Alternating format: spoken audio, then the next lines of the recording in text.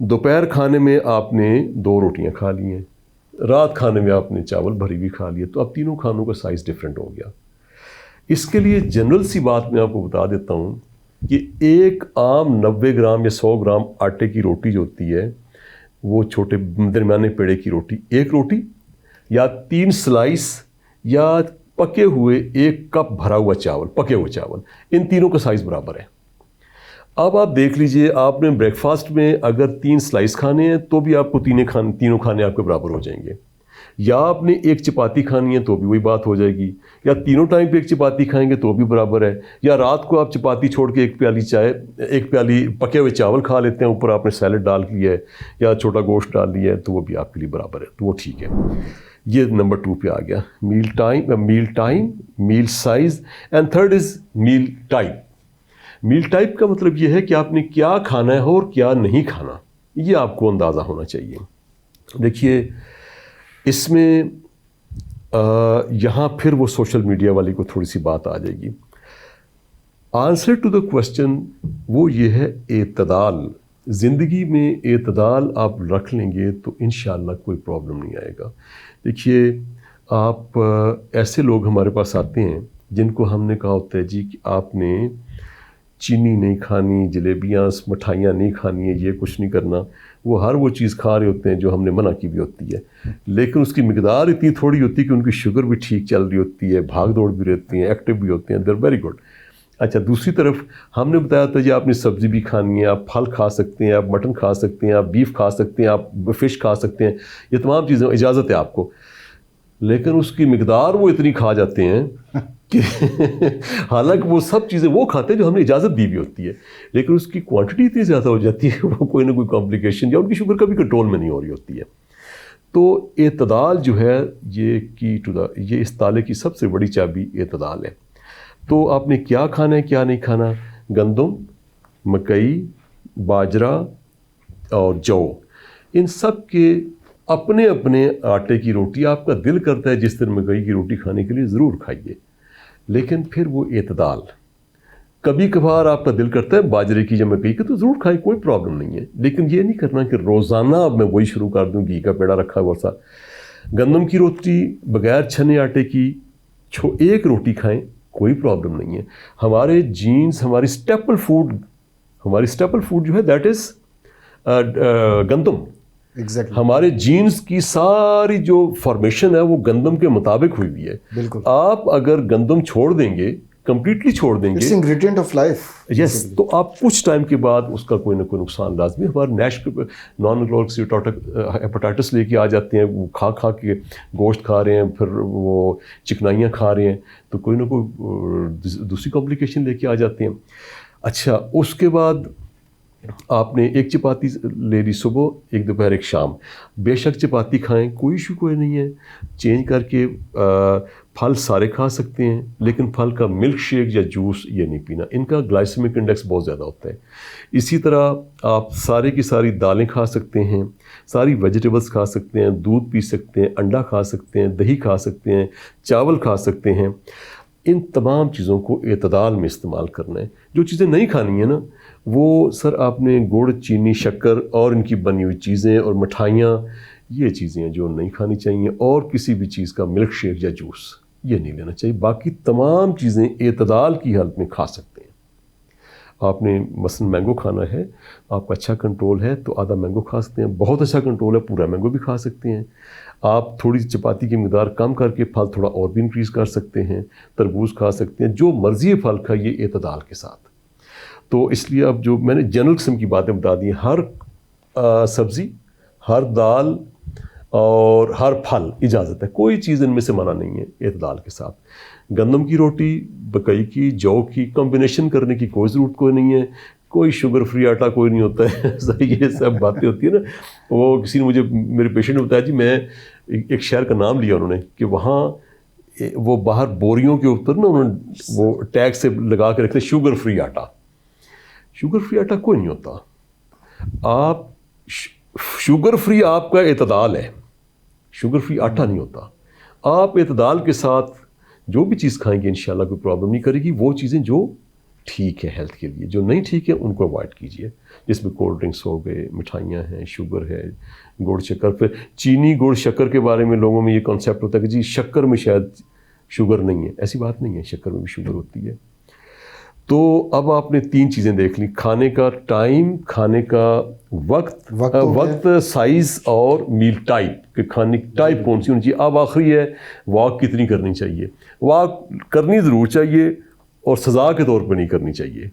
مزے سے واک کریں, آدھا گھنٹہ, پونا گھنٹہ, 40 منٹس اگر ڈیلی کر لیں تو نتھنگ لائک دیٹ. شام کے ٹائم پہ کریں, رات کھانا کھانے کے بعد کریں. رات کا کھانا جلدی کھا لیں, ایکسیلنٹ ہے. رات کا کھانا جلدی کھائیں, عشاء کی نماز کے آس پاس تھوڑی واک کر لیں, 15-20 منٹ, آدھا گھنٹہ, سب سے بہترین ہے. ارلی مارننگ بھی بہترین ہے, لیکن ٹائپ 2 ڈائبٹکس کے لیے رات کھانے کے بعد, رات کا کھانا جلدی کھا کے اس کے بعد اگر آپ واک کرتے ہیں 40 منٹس کے لیے, دیٹس آئیڈیل. آپ کی فاسٹنگ لیولز بڑے اچھے آ جاتے ہیں, شوگر کے اوور آل 24 آورس کی مینٹیننس آپ کی اچھی ہو جاتی ہے. پھر اس کے بعد یہ ایکسرسائز کا ہو گیا جی. Last is good sleep. آپ کو اچھی نیند لینی بہت زیادہ ضروری ہے. یہ 5 چیزیں ہیں جو کھانے کا وقت آگے پیچھے نہ کریں, کھانے کی مقدار بہت زیادہ تبدیل نہ کریں, جو چیزیں نہیں کھانی ہیں وہ نہ کھائیں, اچھی نیند لیں اور تقریباً آدھا پونا گھنٹہ روز کا پیدل چلیں. آخری بات, اپنے مقدر سے خوش رہیں. جو اللہ پاک نے آپ کو دیا ہوا ہے, نیچے دیکھ کے زندگی گزاریں, اوپر نہ دیکھیں. اوپر دیکھ کے پھر شوگر نہیں کنٹرول ہوتی. جنہوں نے زیادہ اوپر دیکھا ان کی شوگر بھی اوپر رہتی ہے. جو نیچے دیکھ کے زندگی گزارتے ہیں بہت زیادہ کانشیس رہتے ہیں, میں نے دیکھا اس میں بھی مینجمنٹ. شاید لائف کے اندر نا آپ ایمبیشس ہوں, لیکن اگر حسرت ہر وقت انسان کے اندر پال جائے نا کہ اس کے پاس ایک گاڑی ہے, میرے پاس ہے ہی نہیں ہے, اس کے پاس بڑی ہے, میرے پاس چھوٹی ہے, اس لسٹ کا تو کوئی علاج جی, اس کا کوئی علاج کوئی نہیں ہے. زندگی تھوڑا نیچے دیکھ کے گزاریں اور مزے کی اللہ تعالیٰ کی رحمت کی امید رکھ کے گزارتے رہیے, اور جو اس کی تقسیم ہے اس پہ بہت اس کا شکر ادا کرتے ہوئے گزاریں. تو میرا خیال ہے. اچھا سر, شوگر کے مریضوں میں ایک کریونگ ہوتی ہے. فار ایگزامپل ایک بندہ ہے, وہ 25 سال کی عمر میں ڈائگنوز ہوا یا 30 سال کی عمر میں ڈائگنوز ہوا. ہاں جی. اس سے پہلے وہ نارمل مقدار میں چینی بھی لیتا رہا چائے میں, تو کئی دفعہ کریونگ ہوتی ہے, جس سے آپ نے فرمایا کہ شوگر وغیرہ نہیں لینی چاہیے. جی.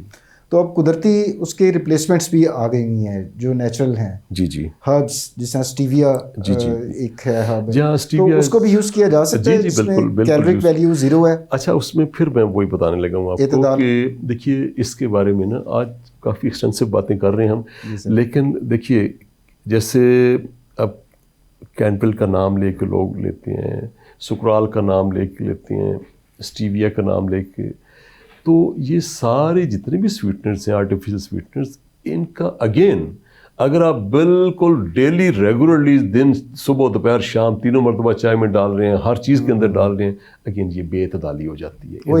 اعتدال یہاں پر بھی ضروری ہے. تو آپ ماڈریٹ طریقے سے, کبھی دل کیا تو اسٹیویا لے لی, کبھی دل کیا تو نہ لے لی. اور اسٹیویا سو فار, اسٹیویا ان سارے جتنے آرٹیفیشل سویٹنرز ان میں سب سے اچھی ہے, پلانٹ بیسڈ ہے, کمپیریٹیولی آفٹر ٹیسٹ کوئی نہیں ہوتا, اور سائڈ افیکٹ بھی ایز سچ اس کا نہیں ہے. باقی جو سویٹنرز, آرٹیفیشل سویٹنرز ہیں, ان کے کبھی ایک صدا آتی ہے کہ ان کے سائڈ افیکٹس ہیں. بیسیکلی ان کا نا آپ کے جو گٹ فلورا ہے اس کو چینج کر دیتے ہیں یہ, اور اس کی کمپلیکیشنز کی وجہ سے secondary to that different complications ہو جاتی ہیں. تو they should not be used very regular. They can be used. Again, sir, bottom line یہی ہے کہ moderation is the key. اس تالے کی چابی اعتدال میں ہے, یہ ذہن میں رکھیں. آخر میں ناظرین, میں ڈاکٹر ارشد محمود میاں کا بہت شکر گزار ہوں کہ سر آپ نے انتہائی سیر حاصل گفتگو, اتنی اچھی معلومات, پریکٹیکل ٹپس آپ نے عوام الناس کے ساتھ شیئر کی. اور ناظرین, آپ کو کبھی امید ہے کہ آج کا پروگرام حسب معمول بہت پسند آیا ہوگا. اگر پسند آیا تو اس کو لائک بھی کیجئے, کامنٹ بھی کیجئے, اور چینل کو سبسکرائب بھی کیجئے. اور ڈاکٹر عامر محمود کو اگلے پروگرام تک کے لیے اجازت دیجیے. اللہ حافظ.